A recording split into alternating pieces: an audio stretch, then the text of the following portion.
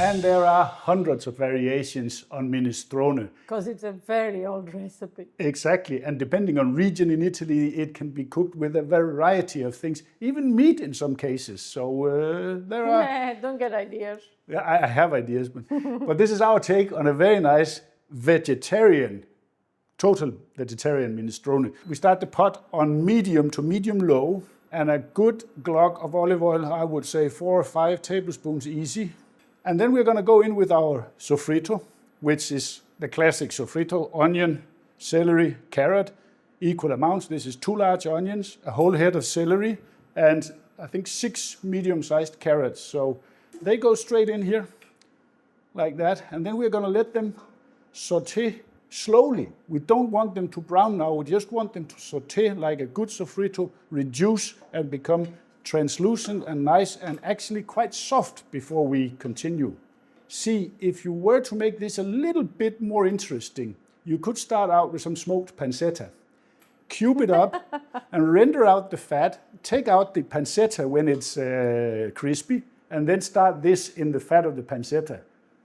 That would make it excellent. But I object. Yeah, you object, I know that. But anyway, we're going to let this sweat out, and I will show you how it has to look when we get there. So medium, medium, low, and just let it go. We've been going at it for about 10 minutes, and just to show you where we are now, you can see that the onions, they've started to become like translucent, but the other ones, the celery and the carrots, they are still quite hard. So now we're going to do a little trick here, especially for the celery. We're going to add like a tablespoon of salt here and get that mixed in. That will help draw out the moisture of the celery, so we get some more softening going on those. So just a little trick, you don't have to wait to salt. It actually helps your process by salting right now. And now we're going to let this go for another at least 10-15 minutes, and then I'll show you how it looks when it's ready. That now it has reduced. The carrots, they have started changing color. They are more pale. So are the celery, and the volume has reduced, and they are starting to get a little bit soft. This would basically be what you would do also if you were starting a good bolognese. Difference though, if you make bolognese, you would cut the vegetables brunoise, really small fine dice. But for this application, we want the carrots and celery to be a little bit bigger so we have some texture in the soup. We're going to create space in the middle here. Away with all of this, so we have get some oil in there. Very nice. I'm going to add a couple of tablespoons of tomato paste, healthy ones. Don't be stingy here. Gives good flavor. And then it is 4 minced cloves of garlic. These are smaller ones, so if they're big, use 3, or depending how much garlic you like, use as much as you want or as little. Probably very untraditionally, I'm going in with 4 tablespoons of finely diced ginger. I love ginger in soups. I don't think this is very Italian, but it's so nice when you're eating and you get these little chunks of ginger. It's just beautiful. Beautiful. Spicy, fresh. Really exactly. Nice. And then we are going in with a tablespoon of red chili flakes. And then it is 1.5 tablespoons of oregano, dried spices we're using today. If you have fresh, use them by all means. Thyme. And what was the last one I took? Thyme, oregano, basil. There it was. I'm forgetting what I'm doing here in my recipe, but that's okay. Now we're going to mix the garlic and the tomato paste to cook it out a little bit. You want to cook that out before you mix everything in. It takes very little time. You sort of smell it in the air, and then you take the raw tomato flavor out of the paste. And then it's a question of mixing all of this in. All the spices and tomato paste. So very aromatic. It smells good already, huh? Yeah.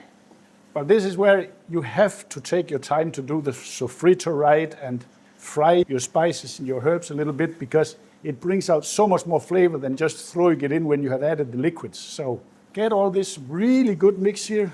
So, oh, this is going to be good soup today, trust me.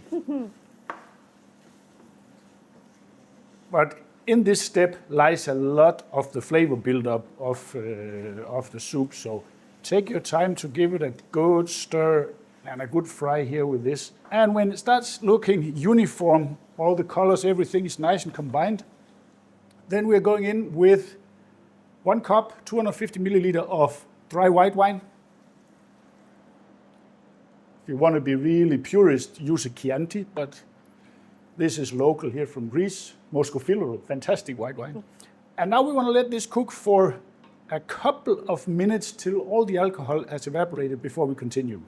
When all the alcohol has evaporated and basically most of the wine has gone, as you see here in the bottom, there is not much liquid left, then we are going to create our soup with the help of 2 liters of homemade chicken stock. See link below. Don't we have that? Absolutely, Yeah. absolutely. Yeah, we have a link on this. This is fantastic to have.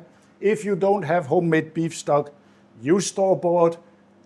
You can even go, I'm afraid to say this, you can even use a Maggi cube if you don't have chicken stock. But if you have time, make this. It makes it so much better.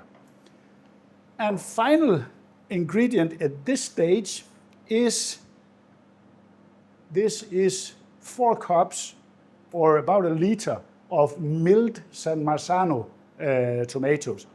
Use chopped, this is canned and milled San Marzano. I like the milled one better in a soup like this over chopped Cubes, tomatoes, yeah. yes. But that's all up to you, and there's nothing wrong in using chopped, so I'm just saying this. Now we just get this mixed in.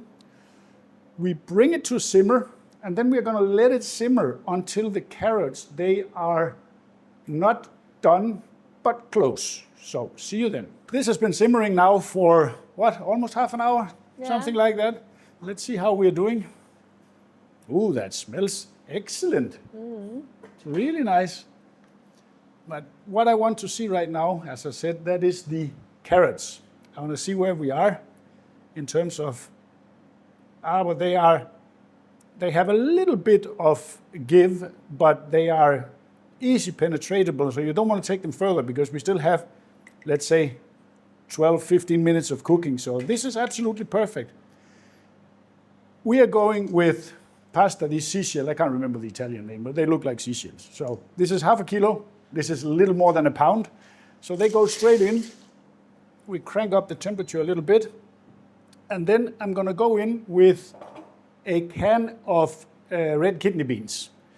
You could add more if you want to, but my wife, she doesn't like beans, so this is the compromise we came to. So 1 can of beans, they go in now. You don't want to put them earlier because then they overcook, but it matches.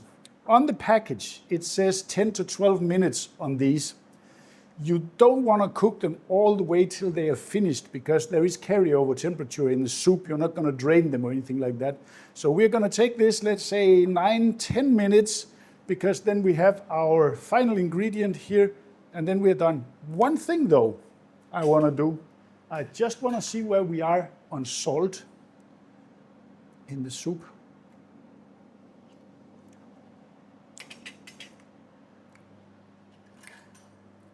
It needs salt.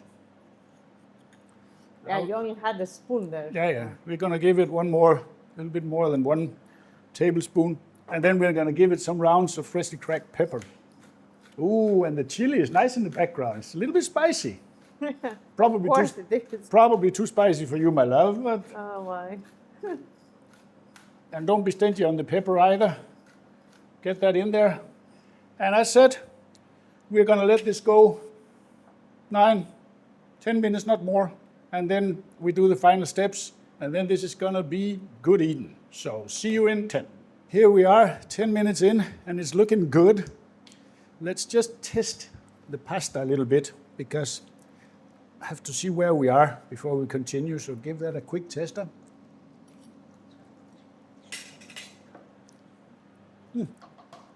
Just before al dente, it's perfect. But as you can see, the pasta has thickened it up quite a bit. You can absolutely serve it like this, which is also done somewhere, but I feel it's a little bit on the thick side for us. So I'm going to add some hot water. I'm not measuring really. I'll start by adding, let's say, maybe half a liter, something like that, just to see. Because I don't want it either to be, I want to have a little bit of thickness to it. So Yeah, but still to be a soup. yeah. But so you adjust it with a little bit of hot water, I think. You make it how you like it, guys. basically. Exactly. Whatever you prefer. I think this is about what I like. It's a soup, but it still has some thickness to it. Last but not least, a bag of baby spinach. Rinsed, washed, just in with all of that. And that wilts pretty quickly. So basically what I'm going to do now, I'm going to switch it off. And I'm going to let the carryover temperature take care of the spinach for me. And then in 2 minutes, we are ready to serve. And this is just a ball of goodness. And this is how you want to serve it, with some Parmesan flakes on top. That's good for any soup. So now it's my moment of truth, because it smells divine, actually. So.